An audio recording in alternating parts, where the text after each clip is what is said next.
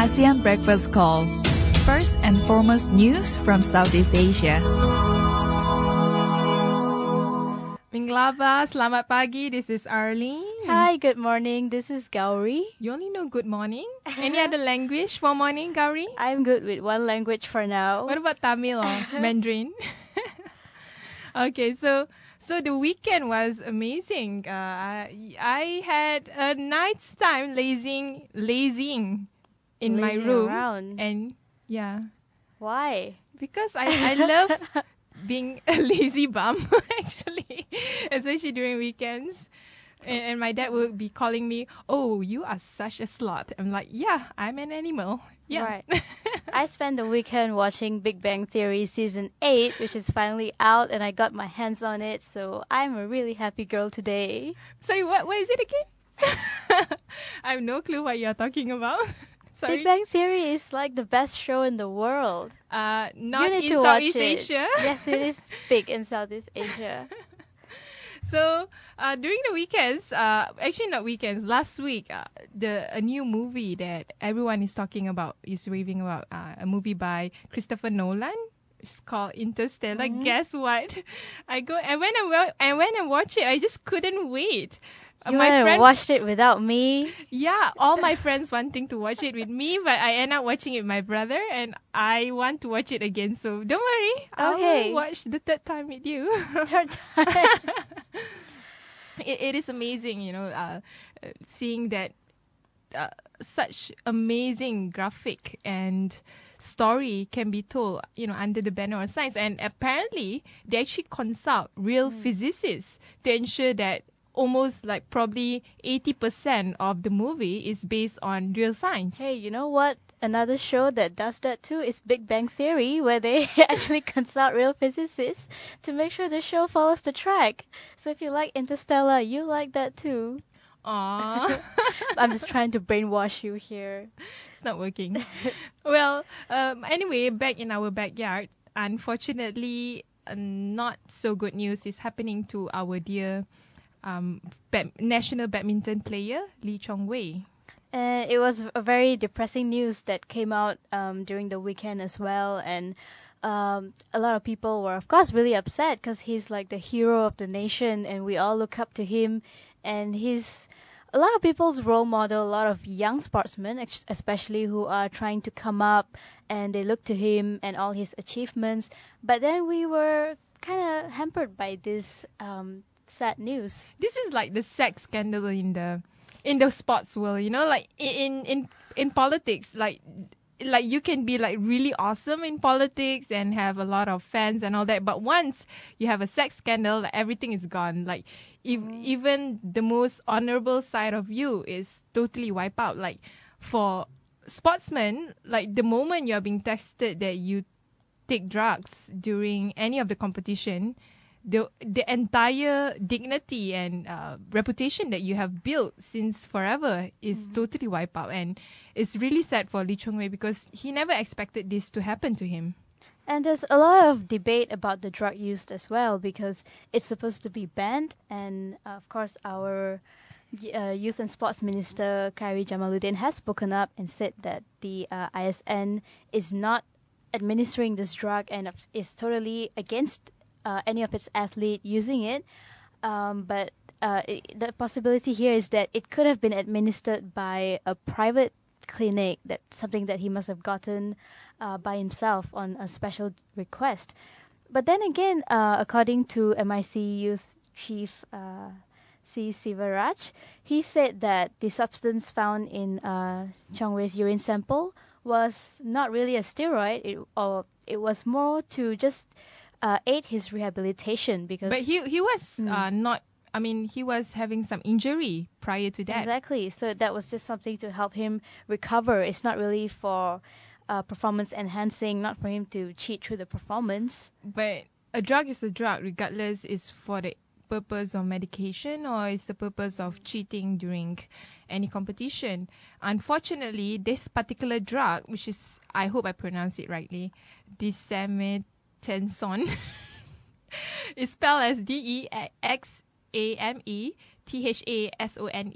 It's a type of steroid medication with anti-inflammatory effects that is usually used to aid an athlete's rehabilitation.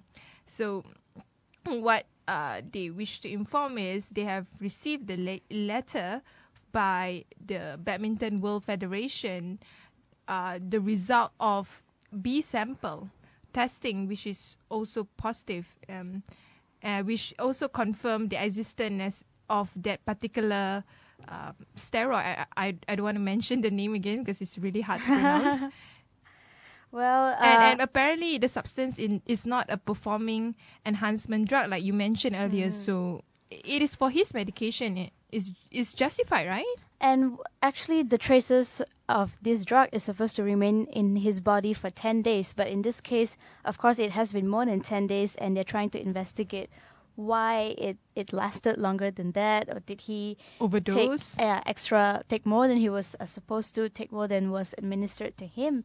So the investigation is still ongoing, and for now he is still banned from taking part in any international. In fact, unfortunately, I mean he announces it quite earlier on that he would be retiring soon, but like this is not a good retirement ending, to his such a long and amazing career in badminton. In fact, he will be facing a 2-year ban, but at least if he can prove that he didn't take it for enhancement purposes but for medication, they might actually reduce his sentence. But a sentence is a sentence, so he has to go through the ban. So we'll see what comes out of that investigation, and hopefully all turns out well for our national hero here. Hopefully just that. Anyway, talking about another sad story. We always talk about sad story. But down south in our Singapore's shore, there's another guy. His name is Roy Ng.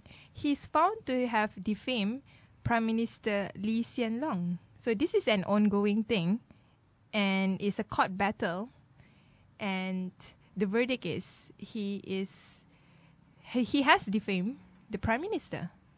And this suit against Roy Ng arose from a blog post in May entitled "Where All Your CPF Money Is Going: Learning from the City Harvest Trial," which alleged that the CPF monies had been misappropriated. Of course, that was a huge issue that was going on in Singapore at that time, and Roy Ng took the initiative to do some research, and then he posted whatever he found on his blog, and that was not received well by the authorities.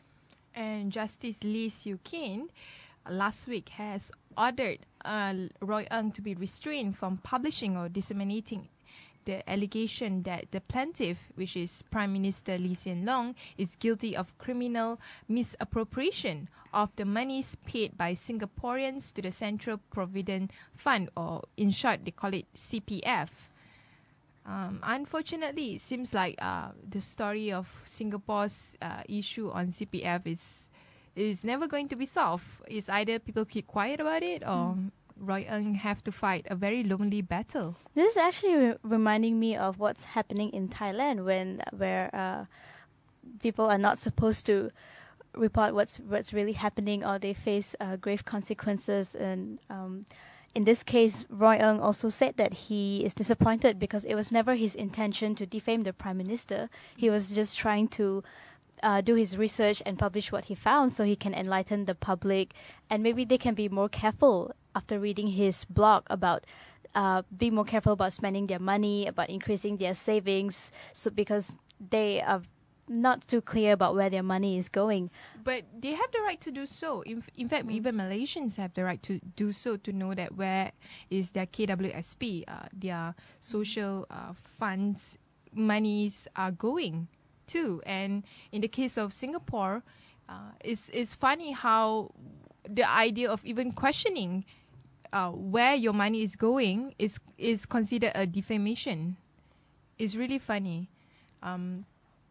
So he actually said, Roy Ng, that he was hugely disappointed as he has never intended to defame the Prime Ministers, like you mentioned earlier. So it seems like he just want to speak up for CPF and the Singaporeans' concern. If you look at any social media that Singaporeans usually would complain, unfortunately I use the word complain, they always talk about, you know, what the government should do or what the government has have done to limit their freedom of expression, but none of them dare to be as vocal as what we see in a very long time, like with Roy Ng. And that's the same thing in Malaysia as well. In any country, the people always have the right to know what the government is doing with their money because they are the taxpayers and that's where the government is getting the money from. So it really doesn't make sense for the government to punish someone because they want to know where their money is. And it's not, of course, not just limited to Singapore. Any country all around the world, the people always have the right to know what the government is doing. Mm-hmm. So, Gowri, where's our KWSP money goes, huh? No idea. We'll find out. We'll find out. You can do some research and publish it on your blog. I don't think any Malaysian will be hardworking enough to actually do any of this research. But if they do, that's fine. Then let us know what have you come out. Anyway, on the other side of the world, which is still in Southeast Asia, I'm talking about what is happening with the Rohingya exodus.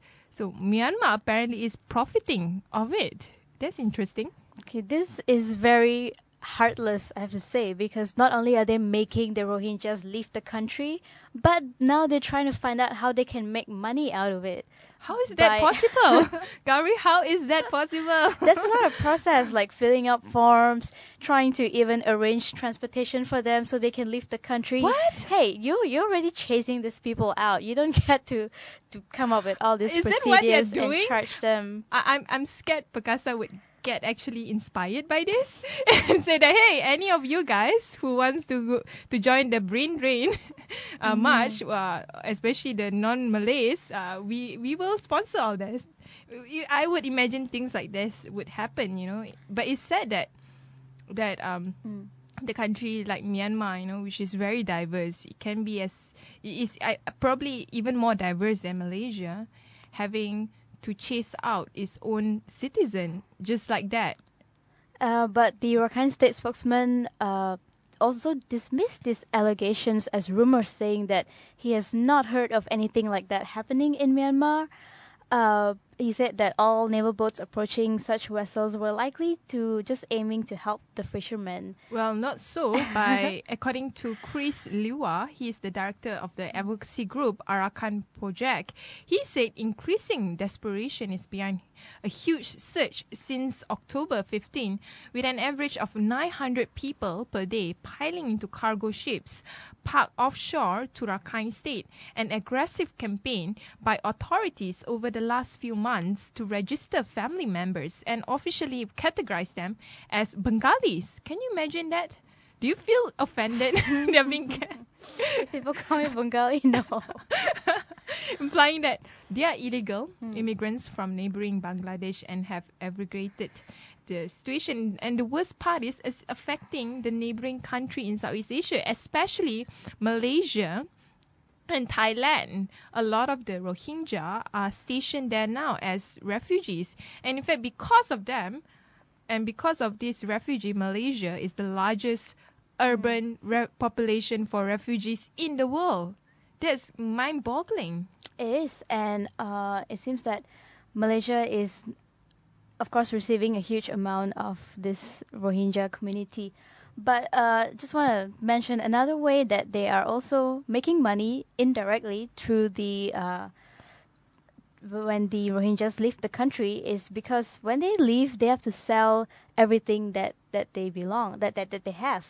And of course, when you sell something, they are making money, but it's not the exact value because when you're in a rush, you're leaving a place, you just want to take any buyer, anyone who's willing to pay any sale. price. Everything exactly. is like cheaper than it's supposed to be. So although they are selling, they're really not the ones that's making any profit out of this because they just need some pocket money that they can carry with them so they can just try to start up in wherever the country that they're going. But eventually, it's the people who staying behind that's making the money because they get all this land, they get their cattle, they even get gold for just very, very minimal value. And they are also human trafficking brokers, of course, who Yes, make definitely. the most profit from this. So according to Fortify Rights, the brokers may collect sums averaging $500 to $600 per small boatload for asylum seekers. I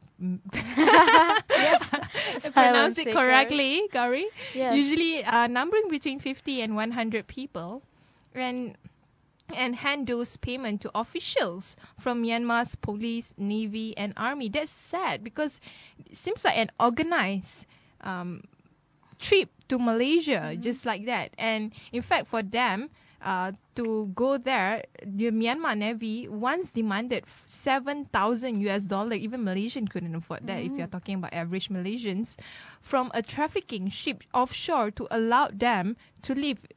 And talking about Malaysia, assuming just half of the 100,000 population who have fled in the last 2 years, they actually have been forced to pay $2,000 for each of them to come to Malaysia. And the saddest part is not all of them actually make it to Malaysia. A lot of them actually Die. they end up they die, or they end up in these secret camps that they have in Thailand in the jungles. And sometimes they are just withheld over there, and they face abuse, they have beatings until they have some relative who can come rescue them. Why and Malaysians pay are not extra. talking about this? I mean, we are Muslim majority nation, and we are not doing anything for the fellow Muslim brothers and sisters. And it is something that's getting worse and worse every day. From the first time we started reporting about it, it has come so far. The first time, the early of this year, we were talking about the census. And now from the census, we are talking about organized migration or organized forced migration and for how these to make profit from it. asylum seekers, and how to make profit out of this. And the worst thing is, we keep on bubbling over the issue on Palestine and Israel, crying over Palestinians, asking for donation over Palestinians, but we close one eye on the genocide that is happening with the Rohingya. Just upstairs, just right above us. Like, it's not even if happening you have halfway an around the Islamic world. duty, you know where is it is on your backyard. And sorry, I'm being a We're bit getting so emotional on emotional. this. So just to come back, to talk about Obama. So this is another story. So Obama has waded into foreign policy challenges on Asia trip. And after his party's drawing in the midterm elections, President Barack Obama will try and come into Asia this week and solve some problems that's going on around here. Hopefully he looks at Myanmar first, because they are the one that's in need of attention the most right now. There have been few criticism from the Americans on this, but not as vocal as they should be, unfortunately. And Obama's first stop on his trip will actually take him to Beijing, where he's going to focus on Asia, where it's viewed with deep suspicion. I'm guessing that he's talking about the maritime issues and all that's going on in the South China Sea.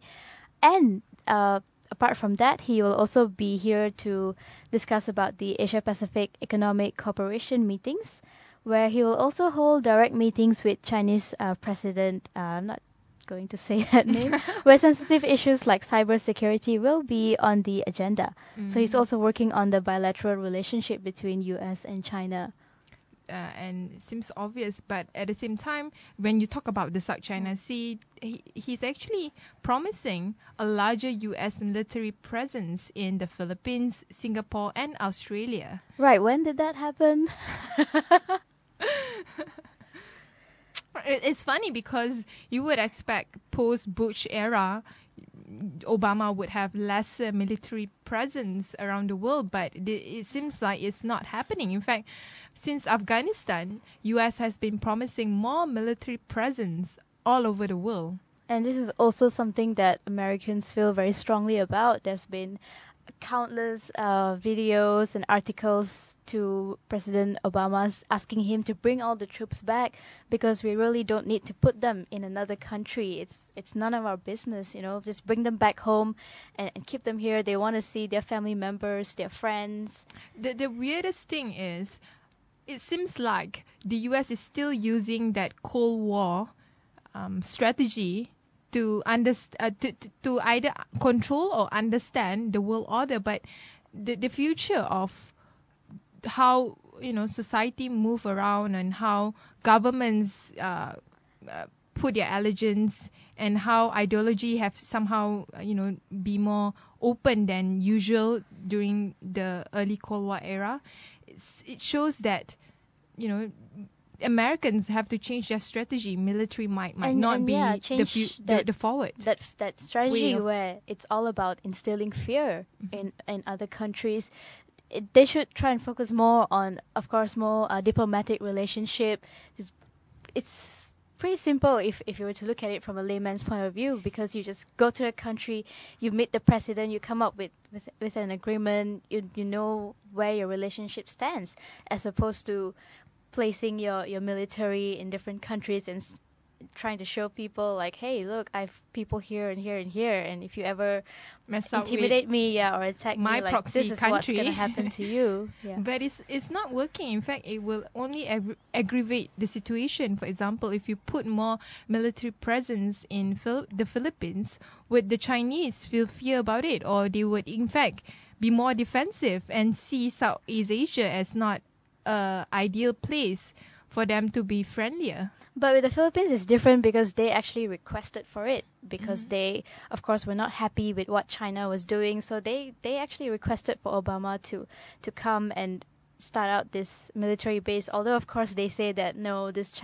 South China Sea issue has nothing to do with the U.S. coming in. But it's inevitable. There is a little connection there. But when it comes to Singapore and Australia, this is where things get a little fuzzy as to what exactly is on the agenda. Maybe it's Malaysia. No, I'm just kidding. I'm just kidding. But another point that is being expressed by Japanese Prime Minister and a few other key players in the Asia Pacific is what it seems like. It seems like the U.S. is having a very significant policy address on its leadership in the Asia Pacific. So it has shifted from, seeing Asia Pacific as a mere region to making it as probably the most important region in the 21st century for the US. And apart from that, of course, Obama is also going to talk to Putin. And Putin? That's cute. That's your Russian, Gowri. I will try to have a Russian accent, but unfortunately I'm not Cristiano Ronaldo's girlfriend, so I cannot fake a Russian accent here. But he will... Ex-girlfriend or girlfriend? Girlfriend. And he, apparently when he goes to Australia, just to go back a little bit, he will be discussing a US leadership in the Asia Pacific to come up with a new policy address.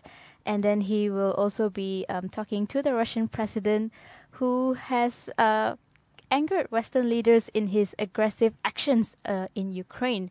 So his meeting in Russia will focus more on the civil war that's happening there, and also that also affects us because of the MH17 issue. Yeah, definitely. It affects us and the global world, definitely. During the weekends, in fact, in CNN, they were discussing, will this be another Cold War? And seems like Gorbachev, which is the previous president of Russia, actually said it might be. And just putting the focus back to ASEAN, apparently when it comes to the auto sector, the Philippines is the worst. When we think about the auto sector in Southeast Asia, of course we think about our own very dear Proton cars. But when it comes to Southeast Asia as a whole, a lot of our neighboring countries are still struggling. So this comes in, of course, because of our ASEAN 2015. We have our AEC, and it's kind of we've started comparing a lot of countries in a lot of different sectors, and today we're looking at the auto sector. And the country that's not doing well is, of course, like you mentioned, is the Philippines.